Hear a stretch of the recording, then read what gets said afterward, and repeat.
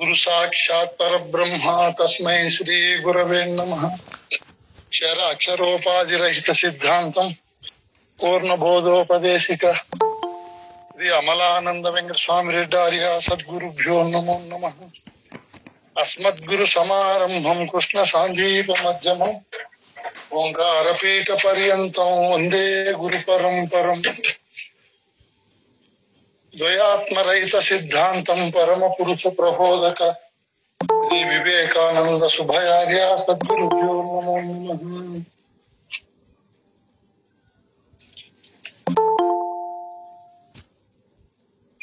అనిపించినటువంటి పరిపూర్ణ బోధన విచారించుకుంటున్నాము. ఎంతో కష్టపడి మన గురుదేవులు ఈ పరిపూర్ణ బోధను క్రమ పద్ధతిగా మనకు అందించి ఈ రోజు మనము భ్రాంతి రహితమైన స్థితిలో ఏ విధమైనటువంటి ఒడిదుడుకు లేకుండా సకల భ్రమలకు భ్రాంతులకు నిలయమైన నేననే అహంకారాన్ని రహితం చేసుకొని నిర్మలాంతఃకరణలో ఉన్నాము. ఇటువంటి గొప్ప స్థితిని మనకు కల్పించినటువంటి పరంపర గురువులకు మనం నమస్కరించుకుంటూ, ఎందుకంటే చేసిన మేలు మరవకూడదు. తల్లిదండ్రులు జన్మనిచ్చారు, ఎంతో మన కోసం శ్రమించారు, వాళ్ళను మనం మరవకూడదు. వాళ్ళకు సాధ్యమైనంత వరకు మనం న్యాయం చేస్తూ వాళ్ళ రుణం తీర్చుకునేకి మనం గట్టిగా ప్రయత్నించాలి. అదే విధంగా గురువు గారు మనకు ఎంతో కష్టపడి బోధ చెప్పాడు, మన స్థితిగతులను మెరుగుపరిచాడు. కాబట్టి గురువు గారిని కూడా మరవకుండా గురువు చెప్పిన మంత్రాన్ని నిత్యము స్మరిస్తూ గురువాజ్ఞ ప్రకారం జీవిస్తూ మనం గురు కృపకు పాత్రులైనప్పుడు ఎంతో మనము ఈ బోధలో స్థితిని పొందిన వాళ్ళం అవుతాము. అది మనం అందరము గుర్తించుకొని సర్వకాలముల యందు గురువాక్యాన్ని పరిపాలిస్తూ గురు రుణాన్ని తీర్చుకునే మనం గట్టి ప్రయత్నం చేయాలి. ఎందుకంటే అనేక సామర్థ్యాలతో అనేక రకాలైనటువంటి చంచల భావాలతో ఈ ఎరుక ఉంటుంది. ఇటువంటి సంచలమైనటువంటి చలనమైనటువంటి నిరంతరము కదిలే ఎరుకను కదలకుండా మనం చేసి ఈ బోధలోని నిర్మల స్థితిలో మనం ఉండాలి అంటే విశేషమైన గురుభక్తి, గురువాక్య పరిపాలన దక్షత, గురువు చెప్పినటువంటి అమృత తుల్యమైన బోధను హృదయాంతరాల్లో ఘనీభవింపజేసుకొని గురువాక్యానికి మనం ఎదురు కాకుండా నిరంతరము ఎవరైతే మేలుకొలుపులు, నిత్యానుష్ఠానము, గురుగీతలు, భద్రాద్రి రామశతకము, కందార్థాలు, కంద పద్యాలు, దీక్షితేము ఇటువంటి సాంప్రదాయ సద్గ్రంథాలను పునః పునః విచారిస్తూ ముందుకు పోతారో వారికి ఖచ్చితంగా గురు కృప కలుగుతుంది. కృష్ణ ప్రభువులు, శివరామ దీక్షితులు ఇటువంటి మహనీయులు పొందిన భావజాలాన్ని కూడా మనం పొందుతాం. ఇందాక మన ప్రిన్సిపాల్ సార్ చెప్పినట్లు ఆ కందార్థంలో ఉన్నటువంటి మాటలు మనం మర్చిపోకూడదు. అది ఎవరైనా వచ్చిన వాళ్ళు చదవండి అమ్మా. నేను నేను అనే అహంకార స్ఫురణతో ఉండదు, నేనని అన్నదు. తనకు సర్వలక్షణ విలక్షణమైన ఈ ఎరుకనే అహంకారము ఉన్నదో లేదో అది చూడను కూడా చూడదు, విచారించదు. అహం ఉదయించేటి వరకే అది ఉన్నది కదా. ఈ అహంకారము పుట్టుక పూర్వమే అది ఉన్నది.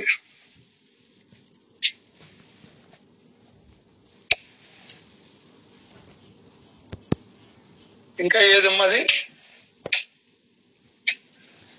అహమే విశ్వమై నిలిచింది కదా. అహం అన్నది కదా అచలము తెలుసుకొని ఈ అహంకారాన్ని వదిలిపెడితే చాలు. మనం ఈ మాటలను సద్గురుముఖేన విచారించి ఈ అహంకారము చరిత్రను సంపూర్ణంగా తెలుసుకొని ఇది లేనిదని, దీనికి మూలం లేదని, ఇది లేకనే తోచిన వస్తువని సద్గురువు ద్వారా మనం విచారించి యథార్థాన్ని ఎప్పుడైతే తెలుసుకుంటామో అప్పుడు ఈ అహంకారం అనేది తాను ఉండంగానే రహితమై జననము మరణం అనే ఘోర సంసార బాధ తప్పిపోతారు. ఈ జనన మరణ ఘోర సంసార బాధను మన స్వశక్తితో తొలగించుకోలేము, గురుశక్తితోనే తొలగించుకోగలుగుతాము. అటువంటి గురువును చేరి గురువుకు తనుమన ధనములు ధారపోసి జీవిత పర్యంతము గురువుకు స్థానాంగ భావ ఆత్మసేవలు చేస్తూ ఎవరైతే ఊర్ధ్వముఖంగా గురుభక్తి ఉంటుందో వాళ్ళే కడతేరతారు. అదో గురుభక్తి ఉండకూడదు. అదో స్థానం అంటే క్రిందికి పోవడం, ఊర్ధ్వ స్థానం అంటే పైకి పోవడం. అంటే ఏమి, రోజు రోజుకు గురుభక్తి పెరగాలి, గురుబోధ యందు శ్రద్ధ పెరగాలి, గురువాక్యాన్ని మనన చేసే విధానము కూడా ఎక్కువ సమయం మనకు పెరగాలి రోజులో. ఈ విధంగా విచారిస్తూ ఇంకా కొంతకాలం తరువాత శరీర ప్రపంచ ధ్యానము ధ్యాస వదిలిపెట్టి నిరంతరము గురువాక్య స్మరణలోనే ఉండిపోవాలి. అది ఊర్ధ్వ గురుభక్తి అంటారు. ఫస్ట్ సంవత్సరము, రెండో సంవత్సరము గురుభక్తి బాగుండి మళ్ళీ తగ్గిపోయింది అనుకో, అదో స్థానానికి పోయింది అనుకో, ఈ జనన మరణం అనే ఘోర సంసార బాధను పోగొట్టుకోలేరు. అందుకే గురువాక్యము యందు గురుబోధ యందు అతి శ్రద్ధ కలిగి అతి అనురాగము కలిగి దేహ ప్రపంచ విషయాలంపట పైన సంపూర్ణ బోధోపరతి వైరాగ్యము కలగాలి. ఇది స్వశక్తితో కలగదు, గురువు ఖచ్చితంగా కలిగిస్తాడు. అందుకే గురువును గురించి మనం దాదాపు 3 రోజులు 3 గంటలు విచారించుకున్నాం. ఏ సబ్జెక్టు విచారిస్తున్నాం మనం? గురువు అనగా ఏ వస్తువు, గురు పదవి ఎలా ఉంటుంది, గురు పదములంటే ఏమి అని విచారిస్తున్నాం. ఇందులో గురువు అనే వస్తువును గురించి బాగా విచారించాం మనం. ఈ సృష్టికంతా ఆ గురువు అనే వస్తువే చైతన్య స్వరూపమై ఉంది. దానికి అనేక నామాలున్నాయి. అన్ని నామాలతో విరాజిల్లే ఈ గురు చైతన్యము నేను అని తన నిజ స్వరూపాన్ని గుర్తించి ప్రత్యక్షంగా అనుమానరహితంగా ఈ సృష్టికంతా దేవదేవుడు ఒక్కడే, ఆ దేవుడే గురుదేవుడు. ఇది కల్పితము కాదు, సనాతనము నుంచి ఆ గురు పరమాత్మ ఈ విధంగా ప్రకృతితో మమేకమై ప్రకృతికి విలక్షణంగా ఉండి ప్రకృతిని తనకు అనుకూలంగా ఎన్నో కోణాల్లో మార్చుకొని నేటి రోజులకు ఇంత వికాసము చెందింది. ఈ గురు పరమాత్మ ఉంటేనే ఇక్కడ అండాండం అనే లేదా పిండాండం అనే ఈ నేత్రము గాని ఈ శరీరము గాని ప్రకాశిస్తాది. ఈ గురు పరమాత్మ ఉంటేనే అక్కడ బ్రహ్మాండాలన్నీ కూడా ప్రకాశిస్తాయి. ఆ గురు చైతన్యమే నిరాకారమై నిర్గుణమై మరియు నిర్మల స్వరూపమై ఉంది. అదే ఈ కనబడే సృష్టిని నడిపిస్తా ఉంది అని మనం ఎన్నో కోణాల్లో గురువు అనే పదానికి చెప్పుకున్నాం. ఆ గురువు అనే స్వరూపము ఊర్ధ్వ స్థానములో ఉంది, అన్నిటికంటే పై స్థానములో ఉంది. కాబట్టి అక్కడ త్రిభువనములను, జాగ్రత్త స్వప్నము సుషుప్తి అనే 3 లోకాలను, సృష్టి స్థితి లయ అనే అకార ఉకార మకారములను సింహాసనముగా వేసుకొని తాను అర్ధమాతృక చైతన్య స్వరూపంగా కూర్చొనుంది. ఇటువంటి పరమాత్మ స్వరూపాన్నే సిద్ధులు, ఆచారులు, సమస్త వేదాలు దాన్ని వర్ణిస్తున్నాయి. దాన్ని చేరుకోవాలనే ప్రయత్నిస్తున్నారు. అదే ఈ సృష్టిలో సమస్త కర్మలకు, క్రియలకు మూలమై ఉంది. అటువంటి స్వరూపాన్ని, అటువంటి తత్వాన్ని మనం బాగా విచారించి, అది ఒకటిగానే ఉంది, రెండుగా లేదు. గురు పరమాత్మ కూడా ఒకటిగానే ఉంది. ఈ భూమి, జలము, అగ్ని, వాయువు, ఆకాశాల నుంచి అన్ని శరీరాలు, ముడి పదార్థాలను తీసుకొని ఈ దేహాలను నిర్మాణం చేసుకుని ఉన్నన్నాళ్ళు ఆ పంచభూతాలతో తయారైనటువంటి ఆహారాన్ని, నీటిని, వేడిని, గాలిని, శబ్దాలను తీసుకొని ఇది ఉనికిగా ముందుకు పోతా ఉంది. తరువాత వాటిలోనే కలిసిపోతారు. దీనికి జాతి, కుల, మత, భాష, వర్గ భేదాలు లేవు. అందరూ ఆ విధంగానే ఏర్పడ్డారు, ఆ విధంగానే పోషింపబడ్డారు, ఆ విధంగానే మళ్ళీ తిరిగి లేకుండా పోతారు. ఇందులో ఏమాత్రము కల్పితము లేదు. అన్ని దేహాలలో అది ప్రకాశిస్తా ఉంది. ఆ స్వరూపమే నా నిజ స్వరూపమని మనం గుర్తెరగాలి. అదే 6 చక్రాలలో నడుస్తా ఉంది అందరిలో. అదే అందరిలో పూర్ణంగా శోభిస్తా ఉంది. దానికే చెప్పాడు, అది సద్గురు స్వరూపము శాంతమై ఉంది కాబట్టి ప్రత్యక్ష శివరూపిణిగా ఉంది. శివుడు అంటే రూపము లేకుండా నిరాకారంగా చైతన్య స్వరూపుడై ఉండేవాడు అని అర్థం. ఆ శివస్వరూపుడు ప్రత్యక్షంగా ఈ దేహములో ఉండి దేహాన్ని నడిపిస్తున్నాడు. రూపముండే ఈ దేహాన్ని రూపము లేని శివుడు నడిపిస్తున్నాడు. ఆయన శాంత స్వరూపుడు, సద్గురు స్వరూపుడు కాబట్టి ఈ సృష్టిలో నమస్కారానికి ఆయన ఒక్కడే అర్హుడు. నమామి సద్గురుం శాంతం, ప్రత్యక్ష శివరూపిణం. మన కోసము శుద్ధ చైతన్య స్వరూపుడై మన కోసము ఈ దేహాన్ని ఆవరణగా తీసుకుని వచ్చి మనం అడిగిన ప్రశ్నలకు, మనం అడిగిన సందేహాలకు సమాధానాన్ని చెప్పి మనకున్నటువంటి జనన మరణం అనే ఘోర సంసార బాధను పోగొడుతూ ప్రత్యక్షంగా ఎంతో ఉపకారపడుతున్నాడు. కాబట్టి ఆయనకే నమామి, నమస్కారము. ఆయనే తీసుకునే అర్హుడు కూడా. మీరు ఇంకా ఎన్ని నమస్కారాలు ఎవరికి పెట్టినా వాళ్ళు తీసుకోలేరు. అవి గాలిలో కలిసిపోతాయి. భూమి, జలము, అగ్ని, వాయువు, ఆకాశాలకు గాని, కల్పిత దేవతలకు గాని మీరు పూజ చేసినా, నమస్కారం చేసినా అది నిష్ప్రయోజనం అవుతుంది. అక్కడ గుర్తించే వాళ్ళే ఉండరు. నువ్వు తృప్తి పడాల్సిందే. అందుకే నిజ గురు పుత్రులు గురు పూజలే చేయాలి, గురువునే పూజించాలి, నమస్కరించాలి. ఎందుకు? ఆయన ప్రత్యేక కామార్థ సిద్ధిదం.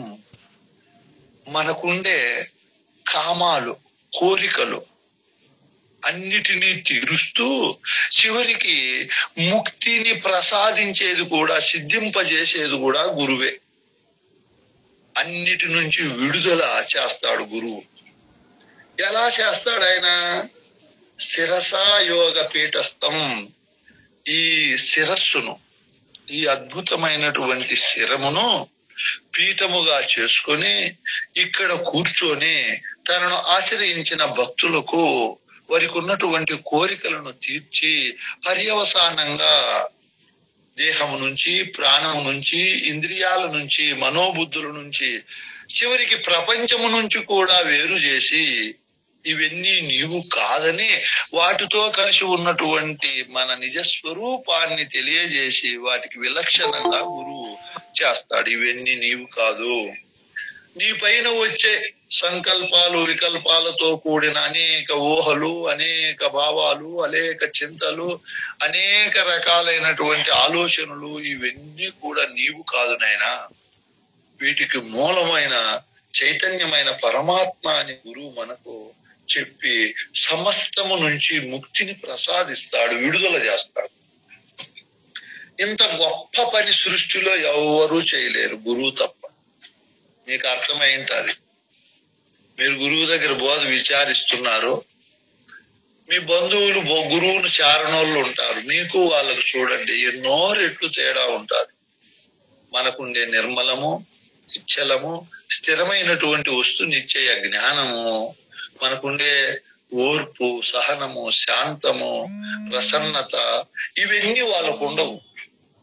దేవుడు అంటారు, పరిగెత్తారు, అనేక రకాల పూజలు పునస్కారాలు చేసుకుంటూ ఎప్పుడు ఒడిదుడుకులతో సుఖము లేని జీవితము జీవిస్తారు. గురువు అంటే వాళ్ళకేమి, గురుబోధ అంటే ఏమో వాళ్ళకి తెలియదు. కాబట్టి పశుపక్షాదుల కంటే భావజాలములో అనేక రకాల భ్రమలు, మూఢనమ్మకాలు, మూఢ విశ్వాసాలు, అహంకార, అభిమాన, అనురాగ భావాలతో విరాజులతో వాటికి కంటే, పశుపక్షాది క్రిమికీటకాల కంటే ఈ బోధ తెలియని మానవుడు చాలా దుర్భిక్షమైన, దుష్టకరమైనటువంటి సందేహాలతో, సంశయాలతో, అనేక రకాలైనటువంటి భయాందోళనతో జీవిస్తూ ఉంటారు వాళ్ళు. గురు కృప కలిగిన వారు అన్నిటికీ, సమస్త సృష్టికి కర్త, భోక్త నేననే పరమాత్మే, ఆ గురు స్వరూపమే ఈ సృష్టిని నడిపిస్తా ఉందని, కర్తకు భోక్తకు అన్నిటికీ అంతర్యామిగా ఏ వస్తువై ఉందో ఆ వస్తువే గురుస్వరూపం అని తెలుసుకొని దానికి సర్వలక్షణ విలక్షణమైన పరిపూర్ణం ఉందని ఇందాక ప్రిన్సిపాల్ సార్ చెప్పినట్లు దాని లక్షణాలు విచారించి ఇతను నిర్మలాంతఃకరణతో ఉంటాడు. ఇట్లా యథార్థ బోధ తెలిసి యథార్థ బోధ సుఖాన్ని అనుభవించే వాళ్లకు ఆయుష్ బాగుంటుంది, ఆరోగ్యము బాగుంటుంది, సమాజంలో గౌరవ స్థానము అన్నీ ఉంటాయి వాళ్ళ దగ్గర. ఎందుకంటే చెప్తున్నాడు, అవన్నీ ప్రసాదించే గురువు దగ్గరికి పోయినాం మనం. అవన్నీ ప్రసాదిస్తాడు గురువు అంటే. ప్రాత శిరసి శుక్లాబ్జం, అబ్జము అంటే పువ్వు. ప్రాత సమయములోనే గురువు తెల్లని బట్టలు ధరించి మంచి పుష్పములను ధరించి శిరస్సులో చూడముచ్చటగా ఉంటాడు. దివ్యమంగళ స్వరూపంగా గురువు. ఇట్లుండాల గురువు.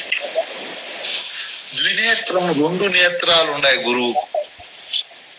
ఒకటి మనకు లౌకిక జ్ఞానాన్ని ప్రసాదిస్తాడు గురువు, రెండవది పారమార్థిక జ్ఞానాన్ని ప్రసాదిస్తాడు. ఇట్లా రెండు నేత్రాలు, జ్ఞాన నేత్రాలు గురువుకు ఉంటాయి. గురువు అంటే సామాన్యుడు కాదు. లౌకికంగా మనల్ని తీర్చిదిద్దుతాడు, పారమార్థికంగా తీర్చిదిద్దుతాడు. సమాజములో గౌరవం ఎలా ఉండాలనో చెప్తాడు, గురు సంఘములో ఎలా మెలగాలో చెప్పి ఇటు గురు సంఘము అటు లౌకిక సంఘాల్లో 100కి 100 మార్కులు తెచ్చుకొని ఏ విధంగా మసలాలో నేర్పిస్తాడు.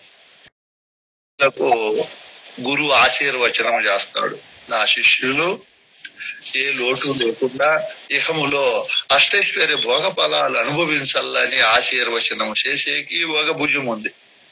ఇంకొక భుజము నా శిష్యుడు జనన మరణం అనే ఘోర సంసార బాధను పోగొట్టుకొని నేనని అహంకారాన్ని రహితము చేసుకొని నిర్మలుడై ఉండాలని ఈ విధంగా కూడా ఆశీర్వచనం చేస్తాడు గురువు. చూడు, గురువు చేసే పని సృష్టిలో ఎవరు చేయలేరు. ఆయనకు 2 నేత్రాలు ఎందుకు ఉన్నాయి, 2 భుజాలు ఎందుకు ఉన్నాయి?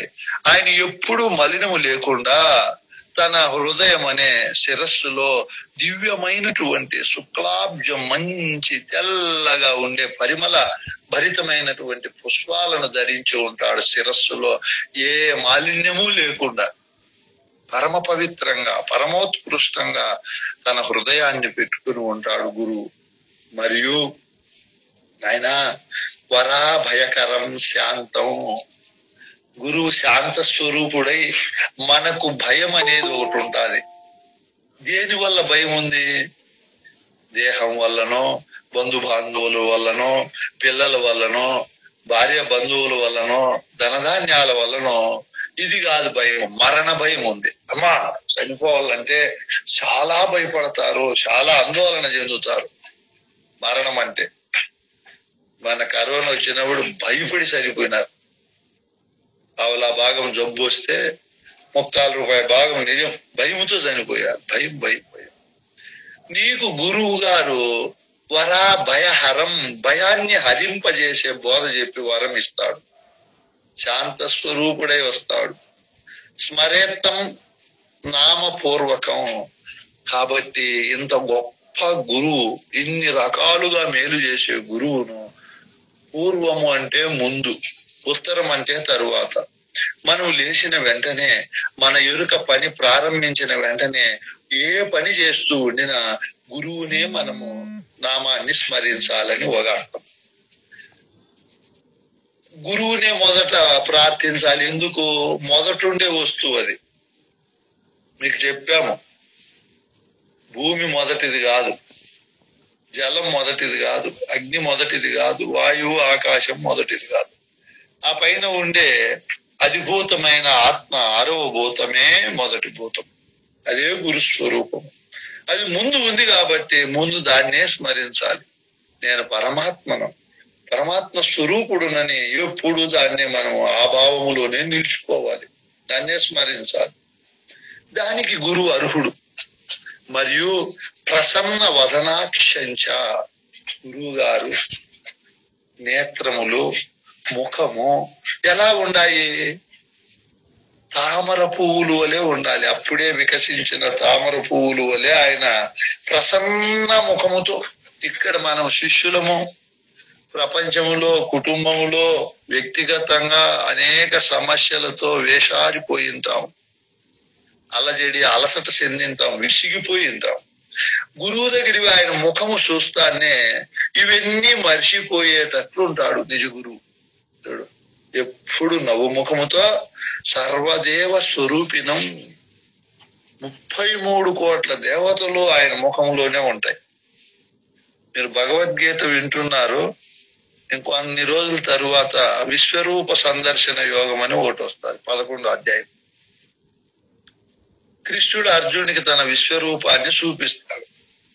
ఇక్కడే చెప్తున్నాడు, గురువు ముఖములో సర్వదేవతలు ఉంటారంట. ఎందుకు? సర్వదేవతలు గురువు ఉంటేనే పని చేస్తారు. గురువు లేకపోతే వాళ్ళు స్వశక్తితో పని చేయలేరు, వాళ్ళ పని ఆగిపోతుంది. కరెంట్ ఉంటేనే బల్బు పడుతుంది, మోటార్ పోతుంది, ఫ్యాన్ పోతుంది, మిక్సీ అన్ని పని చేస్తుంది, అన్ని పని చేస్తాయి కరెంట్ ఉంటే.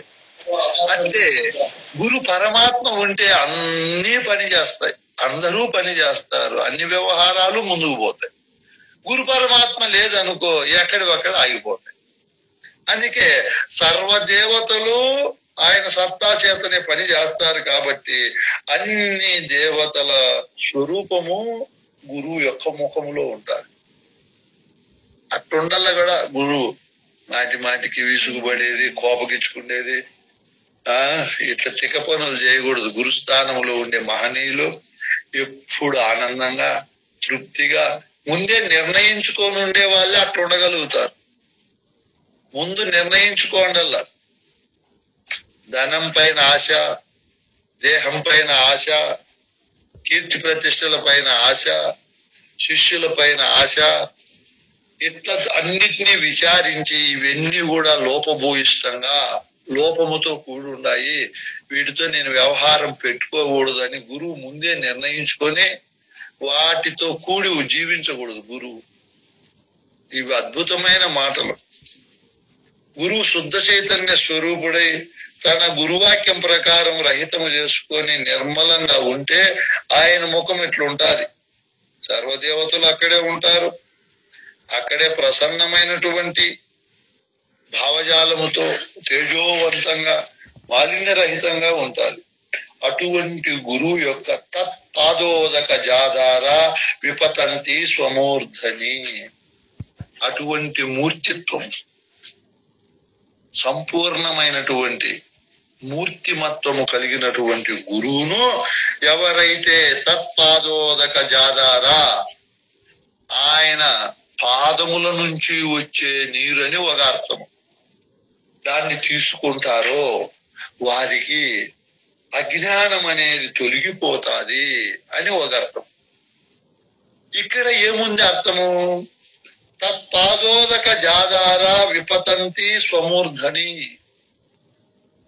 గురువు యొక్క పదముల నుంచి, గురువు చెప్పే వాక్యముల నుంచి గురువు చెప్పే బోధను ఎవరైతే తీసుకుంటారో దాన్ని విపతంతి. గురువు వల్ల మనకు ఉపయోగాలు ఉన్నాయి. ఇంకా ఏమున్నాయి?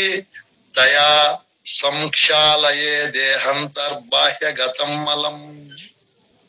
చూడు, దయా సంక్షాలయే మొదట మనము చెప్పినటువంటి గురు స్వరూపము, ఆ గురుబోధ అనే వాక్యములో బాహ్యము అంతరము మనలో ఉన్నటువంటి మలినమంతా కూడా సంక్షాలయే పోగొడతాయి, ఉద్ధరిస్తాది గురుబోధ గురువాక్యములు. ఇది చాలా అద్భుతమైన మాటలు. చూడండి, గురుబోధ గురువాక్యములు అనేటివి మనకి ఏం మేలు చేస్తాయంటే చెప్తున్నాడు. నాయన, మనలో ఉండే బాహ్యాంతరముల మాలిన్యం తొలగింపజేస్తాది. ఏ విధమైన మలినము లేకుండా తక్షణ ద్విరజో భూత్వా జాయతే స్ఫటికోపమా. స్ఫటిక అంటే తెల్లగా ఉన్నటువంటిది. అది దేన్ని తీసుకోదు. స్ఫటిక తనను దాన్ని ఏది ముట్టి మలినము చేయలేదు. అంత పరమ పవిత్రంగా చాలా తెల్లగా తేజోమయంగా ఉంటుంది. అట్ట ఈ గురువు గారు రజో గుణాన్ని పోగొట్టి, తమో గుణాన్ని పోగొట్టి, మాలిన్యాన్ని పోగొట్టి మనలను పరమ ప్రకాశంగా, అతి మాలిన్య రహితమైనటువంటి స్వచ్ఛమైనటువంటి ప్రకాశ స్వరూపంగా చేస్తాడు గురువు. ఎన్ని రకాలుగా మనల్ని ఉద్ధరిస్తాడో ఆ మహానుభావుడు. తీర్థాని దక్షిణే పాదే వేదాస్తన్ముఖమాశ్రితా పూజయే దర్శితం తంతు తదభిధ్యాన పూర్వకం. పూర్వము అంటే మొదట. ఆయన్ను మొదటే ధ్యానము చేస్తున్నాం. మనం ఆయన్ను మొదటే పూజిస్తున్నాం. ఆయనే మనం నిద్ర లేచిన వెంటనే భావములో అనుకుంటున్నాం. ఆయన్నే దర్శిస్తున్నాం మనం. ఎందుకు? తీర్థాని దక్షిణే పాదే, ఆయన ఎడమ వైపు పాదములో సమస్త వేదసారము ఆశ్రితమై ఉందంట. చూడు, ఆయన దక్షిణ పాదములో, మనకు దక్షిణము ఉత్తరము అని రెండు ఉంటాయి. దక్షిణం అనేది మనకు కుడివైపున ఉంటుంది. మనకు ఉత్తరం అనేది ఎడం వైపున ఉంటుంది. ఎందుకు దక్షిణ పాదం అని పెట్టారు? దక్షిణ పాదం అనేది పరమార్థ తత్వాన్ని ప్రబోధిస్తుంది. ఉత్తర పాదం అనేది లౌకిక విషయాలను ప్రబోధిస్తాయి. ఇక్కడ ఎడం వైపున దర్శించి ఎడం వైపున పయనము చేసే వాళ్లకు దేహము, ప్రపంచము, భార్య, పిల్లలు, కుటుంబము ఇవన్నీ ఉంటాయి. ఇక్కడ కుడివైపున దక్షిణం పోయే వాళ్లకు, అందుకే దక్షిణామూర్తియే నమః అంటమ్మ. కుడివైపున మల్లుకొని ఉండేవాడు దక్షిణ దిక్కులో. ఎడమ వైపు విలువ లేని వైపు, బలహీనమైనటువంటి శరీర ప్రపంచ సంసారం వైపు మల్లకుండా పారమార్థిక తత్వాన్ని చెప్పినటువంటి వైపు మల్లుకొని ఉన్నాడు గురువు. అక్కడ ఆయన చూపులో, ఆయన పాదాలలో ఏమున్నాయి? సమస్త వేద సారాలన్నీ కూడా అక్కడే ఆశ్రితమై ఉన్నాయి, అక్కడే నిలయంగా ఉన్నాయి. అక్కడ నుంచి అన్ని వెలువబడుతున్నాయి. కాబట్టి మనం నిద్ర లేచిన వెంటనే ప్రపంచ విషయజాలములేక మనం పోకుండా ఎప్పుడు వాటినే స్మరిస్తూ, వాటినే విచారిస్తూ ఉండాలి. వాటినే పూజిస్తూ, వాటినే దర్శిస్తూ, ఆ తంతు వేరే తంతు పెట్టుకోకుండా ఎప్పుడు అనునిత్యము అదే విచారణలో, అదే ధ్యాసలో ఉండాలి. పూర్వము అంటే ముందు, ఉత్తరము అంటే వెనుక అని అర్థం, తరువాత అని అర్థం. ఈ శరీర ప్రపంచ విషయజాలానికి మనం అంత ప్రాధాన్యత ఇవ్వకూడదు. వాటిని తరువాత అంటే ముందుగా వాటిని చూడకూడదు. మనం తరువాతనే విచారించాలి. ముందుగా దేన్ని చూడాలి? మనము గురువు చెప్పినటువంటి బోధనే ప్రథమంగా మనము చూడాలి. వాటికే విలువ ఇవ్వాలి. మళ్ళా శరీర ప్రపంచాలు, పాప పుణ్యాలు, సుఖ దుఃఖాలు, లాభ నష్టాలు, వీటన్నింటికి తరువాత ప్రాధాన్యత ఇవ్వాలి అని చెప్తున్నాడు. అట్లా గురువు నీకు ఆ విధమైన స్థితిని కలిగిస్తాడు. ఎందుకంటే గురువు సహస్రదళ పంకజే సకల శీత రశ్మి ప్రభం. పంకము అంటే పద్మం, సహస్రారము అంటే శిరస్సు పై భాగం, 1000 దళములు ఉండేది. అక్కడ సహస్రారములో గురువు ఉండే చోటది. అక్కడ నివాసితుడై ఉంటాడు సహస్రారములో. అక్కడ నుంచినే దేహములో ఉన్నటువంటి అన్ని చక్రాలలో ఉండే దేవతలకు, అన్ని నాడులలో ఉన్నటువంటి వాటికి, అన్ని ధాతువులకు పుష్టి అక్కడ నుంచినే చేకూరుస్తాడు. అందుకే గురువు సహస్ర దళములు కలిగినటువంటి ఆ ఎప్పుడు శీతరశ్మి ప్రభం, సకల శీతరశ్మి ప్రభం, అన్ని రకాలుగా శీతల స్వరూపుడై ఉంటాడు. అట్లా నిరంతరము సహస్రారములో ఉండి గురువు మిగతా శరీర భాగానికి శక్తిని అందిస్తాడు, శీతలాన్ని, చల్లదనాన్ని. వరాభయ కరాంబుజం విమల గంధ పుష్పాంబరం. విమల గంధం, మలినము లేనటువంటి గంధం మనకు. ఇప్పుడు పుష్పములున్నాయి, మంచి వాసన ఇస్తాయి. గంధం ఉంది, మంచి వాసన ఇస్తుంది. పునుగు పూల నుంచి వచ్చేది మంచి వాసన ఇస్తుంది. అట్లే కస్తూరి మృగం నుంచి వచ్చే ద్రవము మంచి వాసన ఇస్తుంది. ఈ సృష్టిలో ఈ విధంగా మంచి మంచి సువాసనలతో ఉన్నటువంటి విమల గంధములను పుష్పాంబరముగా, మంచి మంచి పుష్పాలను ఒక హారముగా చేసుకుని గురువు గారు ధరించి ఉండారు.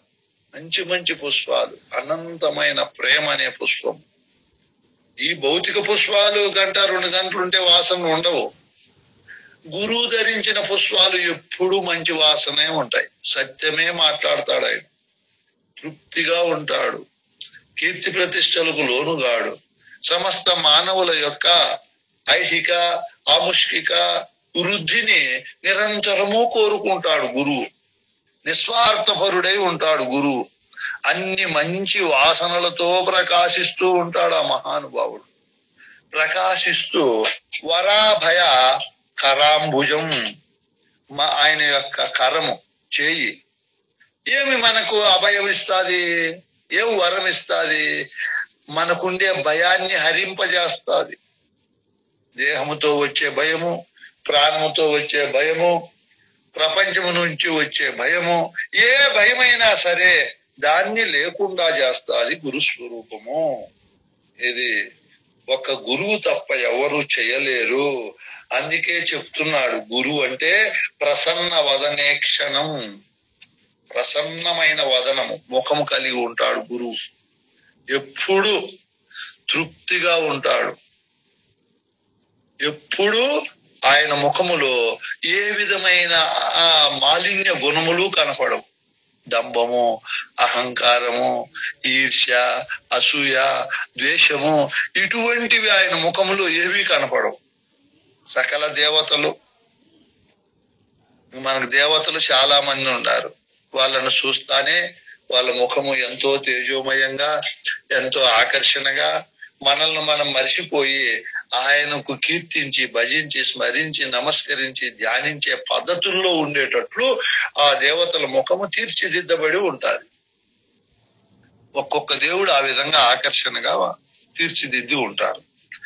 ఇంకా అన్ని దేవతలు గురువు ముఖములోనే ఉండారు అంటే ఇంకా ఆయన ఎంత తీర్చిదిద్దబడి ఉండల్లా. ఆ శిల్పాలలో ఉండే కళ కంటే 1,000,000 రెట్లు ఎక్కువ ఉండాల గురుముఖములో. ఉండాలంటే గురువు ఏ విధమైన ప్రపంచ విషయాలు అంపటల్లోకి ప్రవేశించకుండా ఎంతో వైరాగ్యపరుడై, గురువాక్యం పైన విశ్వాసము కలిగి, గురువాక్య పరిపాలన దక్షుడై ఉండాల. ఊరికేనే ఉంటుందా? ఆ ప్రసన్న వదనము, ముఖము మీరు పడుకొని ఆలోచన చేయండి. ఈరోజు ఈ ఉదయం నుంచి ఇప్పటి వరకు ఈ 16 గంటల సమయంలో నా ముఖం ఎన్ని రకాలుగా మార్చుకున్నానో, నా స్థితిగతులు ఏ విధంగా నేను ముందు వెనుకకు ఆరోహణ అవరోహణ పద్ధతుల్లో తిప్పానో, ఎన్ని రకాలుగా అలజడి పొందానో, గురువు చెప్పిండే బోధకు నేను ఉండే స్థితికి సంబంధం ఉందా లేదా అని బాగా మనం విచారించి, అందులో లోపాలు ఉంటే రేపు వాటిని తొలగించుకొని, ఒకవేళ వెంటనే తొలగించుకోకపోతే వారానికో నెలకో తొలగించుకుంటూ మన ముఖము కూడా దేదీప్యమానమైన దేవతా స్వరూపంగా ఉండాలి. అందరూ చూస్తానే స్మరేచ్చిరసి హంసగం తదవిధ్యాన పూర్వం గురుం.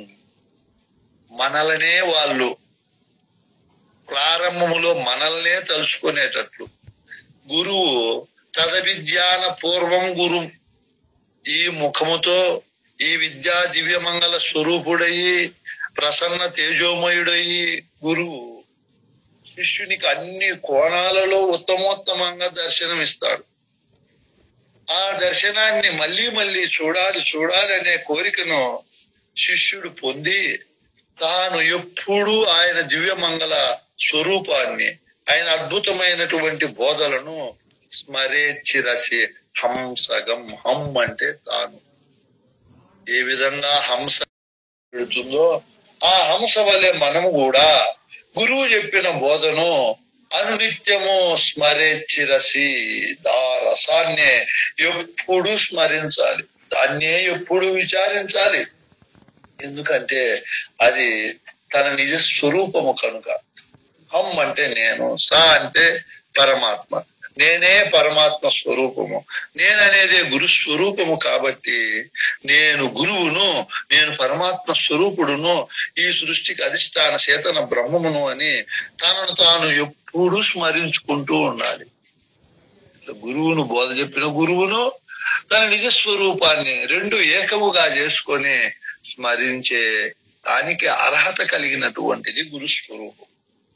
దాన్ని మనమందరము అనునిత్యము స్మరిస్తూ దాని నుంచి మనం విడుదల కాకుండా ఎప్పుడు అదే స్మరణలో ఉండాలి. మనం గురువు దగ్గర చేరినందుకు, గురుపాదం పట్టినందుకు మనం సాధ్యమైనంత వరకు ఆ తత్వాన్ని వదలకుండా దాన్ని నిరంతరము మనం స్మరిస్తూ, దాన్ని ధ్యానిస్తూ, దాన్ని భజిస్తూ ఆ గురుతత్వము ఈ విధమైనటువంటి విభూతులతో దాన్ని మనం మరవకుండా ఉండాలి అని చెప్పి మనకు మన పెద్దలు దాన్నే స్మరించమని, దాన్నే భజించమని చెప్తున్నారు.